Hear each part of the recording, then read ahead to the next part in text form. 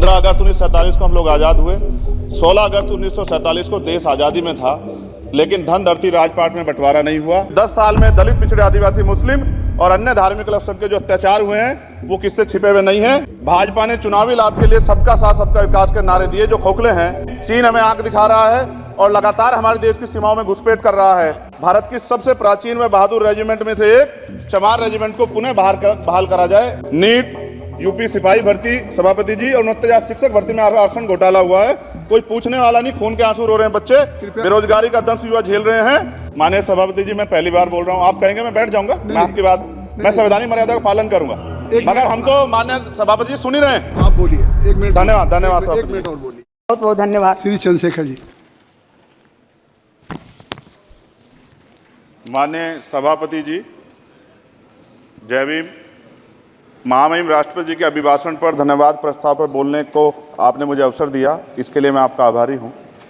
सभापति महोदय, सर्वप्रथम मैं बहुजन समाज में जन्मे सभी संतों, गुरुओं, महान पुरुषों को नमन करता हूं, जिनमें महात्मा ज्योतिबा फूले, डॉक्टर बाबा साहब अम्बेडकर और मान्यवर काशीराम साहब को मैं याद भी करता हूं आज के दिन पर।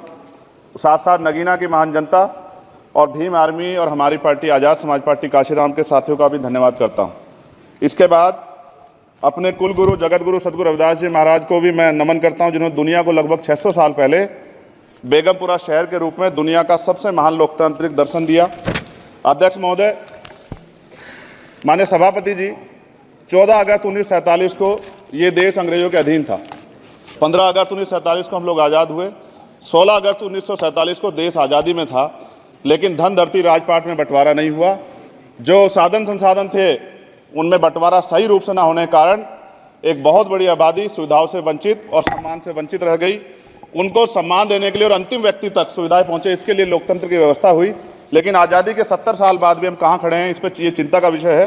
मैं मानता हूं कि सामाजिक न्याय तभी होगा माननीय सभापति जी, जब जातीय जनगणना पूरी होगी और जातीय जनगणना कराई जाएगी और साथ साथ संख्या के आधार पर आरक्षण जो है वंचित वर्गों का बढ़ाया जाएगा।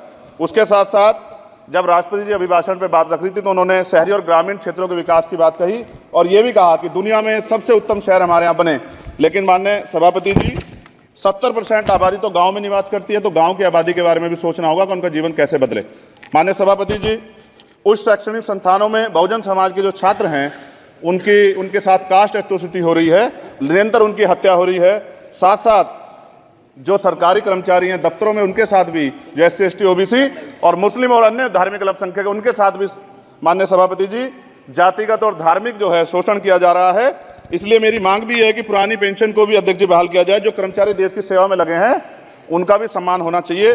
साथ साथ सभापति जी, भाजपा ने चुनावी लाभ के लिए सबका साथ सबका विकास के नारे दिए जो खोखले हैं, क्योंकि 10 साल में दलित, पिछड़े, आदिवासी, मुस्लिम और अन्य धार्मिक अल्पसंख्यक के जो अत्याचार हुए हैं वो किससे छिपे हुए नहीं हैं। ये गलत है, ये बंद होना चाहिए। सभापति महोदय जी, महामहिम राष्ट्रपति जी के अभिभाषण में निजी क्षेत्रों में SC ST OBC को रिजर्वेशन देने का कोई उल्लेख नहीं हुआ है, जो कि आज चर्चा का विषय, क्योंकि 98% प्राइवेट सेक्टर है, 2% सरकारी सेक्टर है, तो 98% प्राइवेट सेक्टर में भी हमारी हिस्सेदारी की बात होनी चाहिए। माननीय सभापति जी, आशा कार्यकर्ताओं, आंगनबाड़ी वर्करों, भोजन माताओं के वेतन वृद्धि पे भी कोई उल्लेख नहीं हुआ है, वो भी अभी नंगे, उन पर भी सोचना पड़ेगा। माननीय सभापति जी, जिस क्षेत्र से मैं चुन के आया हूं नगीना से, वो बहुत पिछड़ा क्षेत्र है। उस क्षेत्र में कोई विशेष आर्थिक पैकेज नहीं दिया गया, रोजगार की सेवाएं नहीं है, नौजवान पलायन करता है। IIT, IIM, एम्स, केंद्रीय विद्यालय आदि शिक्षा में और चिकित्सा संस्थानों की स्थापना होनी चाहिए, जो कि नहीं है।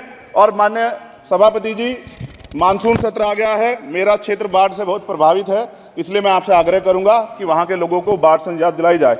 माननीय सभापति जी, चीन हमें आंख दिखा रहा है और लगातार हमारे देश की सीमाओं में घुसपैठ कर रहा है, इसलिए अग्निवीर योजना को हटाकर पुनः सेना भर्ती शुरू की जाए और साथ साथ भारत की सबसे प्राचीन व बहादुर रेजिमेंट में से एक चमार रेजिमेंट को पुनः बहाल करा जाए, ऐसा भी मेरा आपसे आग्रह है। माननीय सभापति जी, पिछले सारे प्रधानमंत्रियों ने मिलकर जितना कर्ज लिया है उससे दुगना कर्ज हमारे वर्तमान के प्रधानमंत्री जी ने लिया है। किसान अगर अपना कर्ज माफ कराने के लिए जाता है तो लाठी झेलनी पड़ती है, जबकि सरकार ने धन्ना सेठों का 15 लाख करोड़ रुपए माफ किया है। इस ओर हमें ध्यान देना पड़ेगा, हमारी आने वाली पीढ़ियों को ये कर्ज चुकाना पड़ेगा। माननीय सभापति महोदय जी, किसानों को MSP की लीगल गारंटी तथा किसानों का कर्ज माफ होना चाहिए। साथ साथ 2 अप्रैल 2018 को SC ST के बच्चों पे बहुत बड़े पैमाने पे मुकदमे लगे थे। वो हमारी लड़ाई सही थी, ये सुप्रीम कोर्ट ने माना और बाद में सरकार ने माना। वो मुकदमे तुरंत वापस होने चाहिए। माननीय सभापति जी, प्रेस जो है उस पर भी शिकंजा कसा जा रहा है। जो पत्रकार सरकार के खिलाफ बोलता है, नौकरी से हाथ धोना पड़ता है। और सोशल मीडिया हमारा हथियार है, उस पर तरह तरह के प्रतिबंध लगाए जा रहे हैं और विरोध करने वालों को सोशल मीडिया हैंडल भी सस्पेंड करा दिए जा रहे हैं। साथ साथ सभापति जी, पेपर लीक और परीक्षाओं के कैंसिल होने से देश के नौजवानों का भविष्य खतरे में है। नीट, यूपी सिपाही भर्ती सभापति जी और 69,000 शिक्षक भर्ती में आरक्षण घोटाला हुआ है। कोई पूछने वाला नहीं, खून के आंसू रो रहे हैं बच्चे, बेरोजगारी का दंश युवा झेल रहे हैं। इसलिए मेरा आग्रह है कि युवाओं के लिए कृपया समाप्त करें चंद्रशेखर। माननीय सभापति जी, मैं पहली बार बोल रहा हूं, आप कहेंगे मैं बैठ जाऊंगा, मैं आपकी बात, मैं संवैधानिक मर्यादा का पालन करूंगा, मगर हम तो माननीय सभापति जी सुन ही रहे हैं। आप बोलिए, 1 मिनट। धन्यवाद, धन्यवाद। 1 मिनट और बोलिए। अध्यक्ष सभापति जी, नारी सम्मान की बात करने वाली सरकार, हमने मणिपुर देखा सर, हमने पहलवान बेटियों का हर्ष देखा सर, और हमने सर हाथरस की बेटी का हर्ष देखा सर, और हाथरस के परिवार को जो वादा किया था सरकार ने वो भी पूरा नहीं किया। और महिलाओं में भी, स्पेशली दलित, पिछड़े और मुस्लिम वर्ग की, आदिवासी वर्ग की महिलाओं के साथ आज भी NCRB का डाटा कहता है सर, जो जुल्म हो रहा है वो सहनीय नहीं है सर। साथ साथ कोविड में तैरती, हमने कोविड में बहुत सुना सर, कोविड में तैरती लाशें भी गंगा में हमने देखी है सर, और मजदूरों का हाल भी हमने देखा है। सभापति जी, मैं सब समाप्त कर रहा हूं। नोटबंदी पे छोटे मजले उद्योग की जो कमर टूटी वो भी हमने देखी है।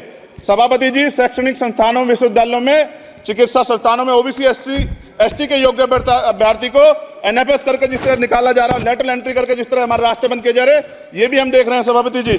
साथ साथ मेरा ये कहना है सर, ये सबका इशू है कि प्राइवेट कर्मचारी सर और सरकारी भी कई जगह पे 8 से ज्यादा घंटों से काम करते हैं, और उनको जो सर उचित वेतन भी नहीं मिलता। तो न्यूनतम वेतन 20,000 रुपए तय हो और 24 घंटे की ड्यूटी। उदाहरण के तौर पे यूपी पुलिस सर बहुत पूरा काम करते हैं वो लोग। वो राज्य के विषय हैं, आप सर मैं आपके राज्य सरकार के लिए भी आपके संज्ञान में डाल रहा हूँ विषय सर। पुलिस सब जगह है सर, लेकिन सवाल ये है सर, बहुत पसीना बातें हैं, 8 घंटे की ड्यूटी और वेतन विसंगति, वोटर स्कीम से उनको जो बाहर किया जाए।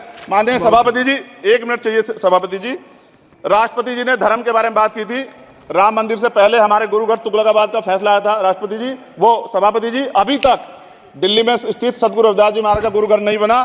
साथ साथ सभापति जी, अपनी बात को खत्म करते हुए मैं आपसे कहना चाहता हूं कि जितना देश दूसरों का है सर, इतना हमारा भी है। हम मरने के लिए पैदा नहीं हुए, जो चाहता है हमारी हत्या कर देता है। मूछे रखने पे, घोड़ी पे बैठने पे, मटकी छूने पे हमारी हत्या हो रही है। क्या बदला है सर 70 साल बाद भी?